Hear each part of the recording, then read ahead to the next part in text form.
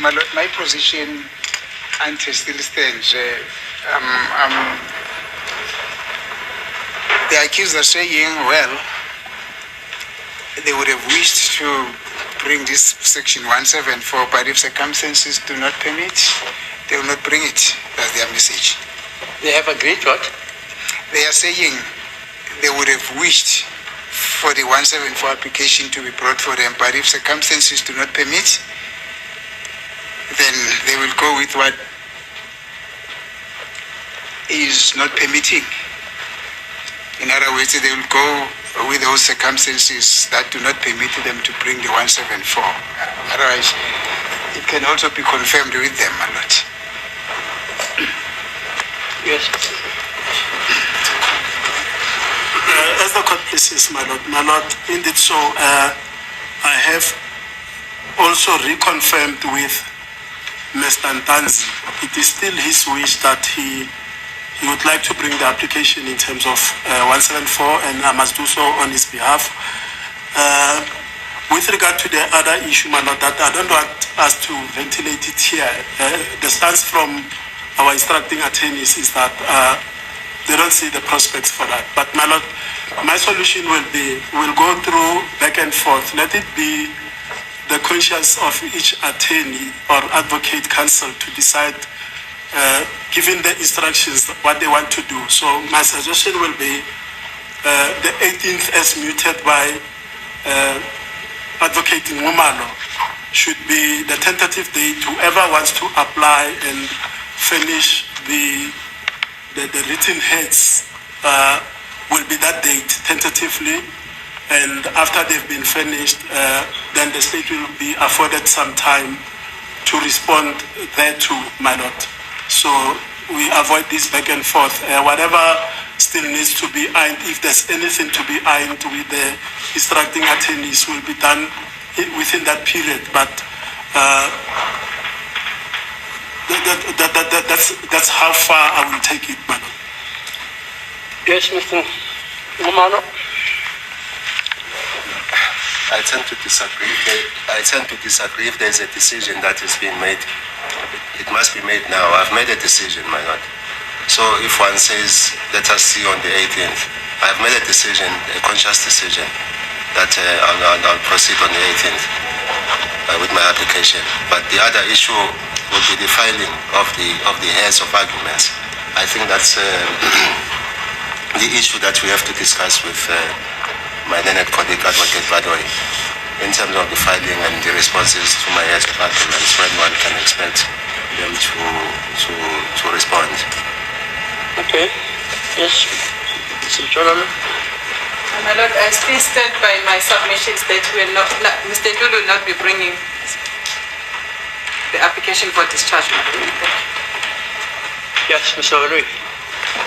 As you could please, we go along with the suggestion of Advocate NXUMALO that we should perhaps set out a timetable at this point for the filing of the heads. As I understand him, he foresees that he'll be finished with his heads on the 18th of August.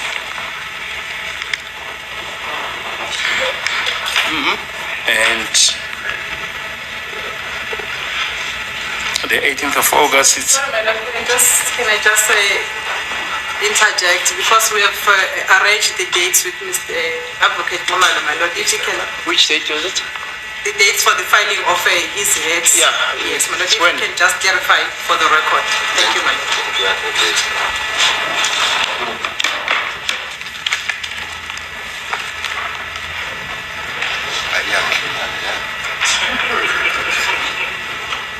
Sorry, my lord, sorry.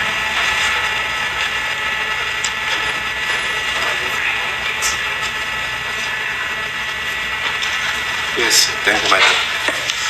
I'll be ready with the filing of my heads on Friday, the 15th of August, 2025. 15th? Yes, 15th, next week, Friday.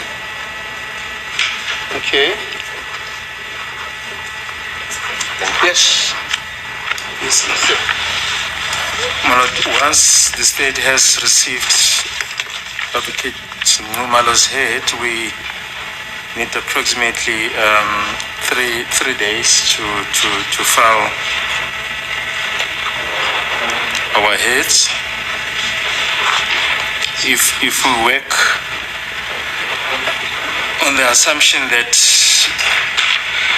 we would have received them at least at the latest by the 18th, we will need at least, we'll be left with 4 days. We can then file our heads by the 22nd of August, and we can then agree as when the matter will be argued. Yeah, come with the date.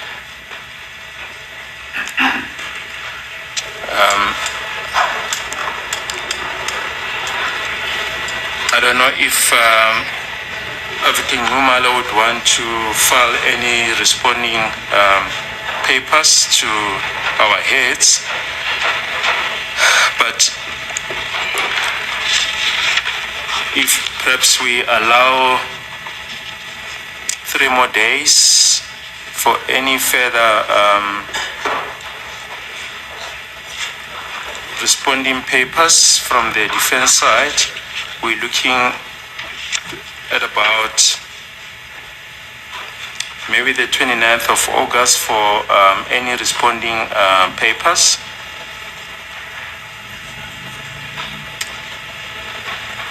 And the matter can then be argued thereafter. We haven't decided on the date on which the matter will be argued, but we suggest that either the matter be argued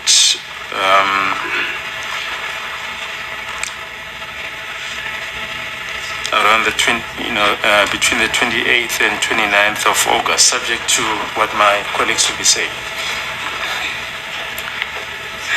28th, is it okay? My Lord, as things stands, I won't be filing any replying. Are you only filing any? No, we can resume on the 25th of August, 2025. 25th? Yes, we can argue on that day, on the 25th of August, 2025. Mr. Mnisi, what's your position? Before Mr. Mnisi, we've heard from Mr. Ramusepele that any of the council might also consider filing heads. So I think one must also just make a provision for that, and we think the date of argument as being the 28th will make sufficient provision for everyone who might want to file any heads. Okay, so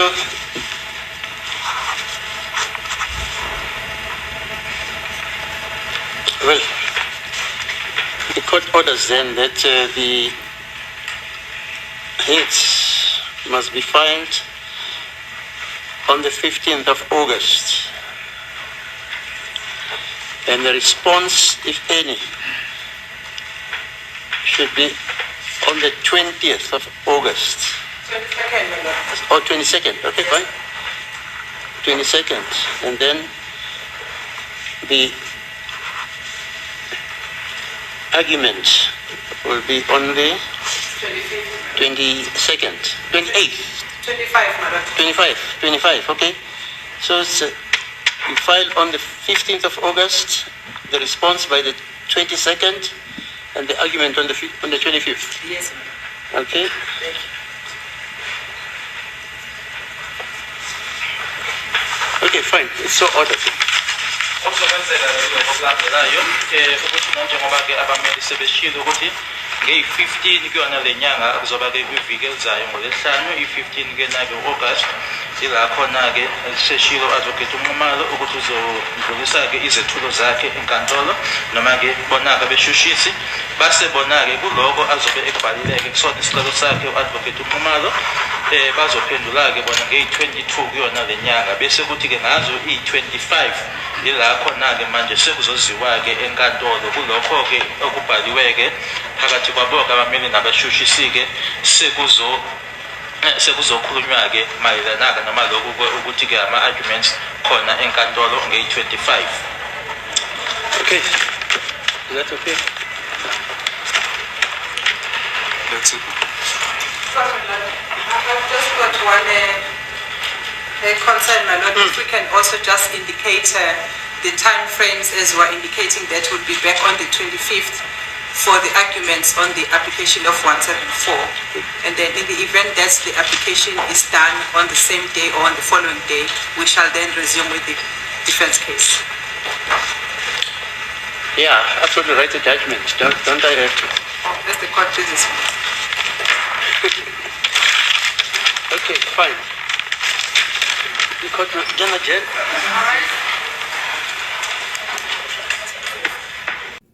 Family, we're back again in the Rata Court, and I listened to the proposal of 174 that was declined by the legal aid.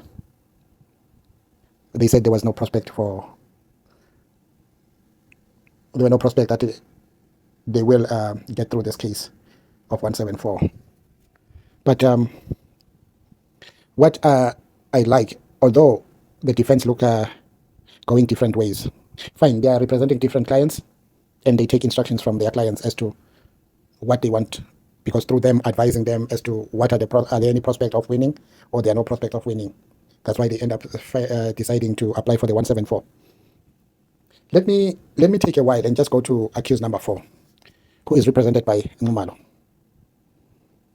You know, since the case started, there's nothing much that links that guy, accused number 4, to this case. I think that NXUMALO is pushing it with his client to go for the 174, even though they are not getting paid for that. NXUMALO wants to test Rata's credibility in his judgment. That will give us an understanding as to what Rata will do in his final judgment for the whole case in this 174, because NXUMALO, excuse me, NXUMALO, the advocate of accused number 4, is going on with the 174, even though he's not going to be reimbursed by legal aid, but they say he's not stopping, he's going on with it. So it gives us an idea, and it gives us a little bit of trying to understand where the mindset of the judge will be when it comes to the judgment, more especially of number 4.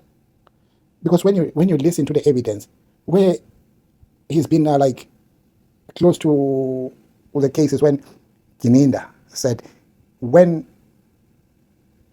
I think it's Longwe who ran out and Mtogo ran out. Is it Mtogo or the other guy, the one who jumped the fence? This guy came in, he was at the gate.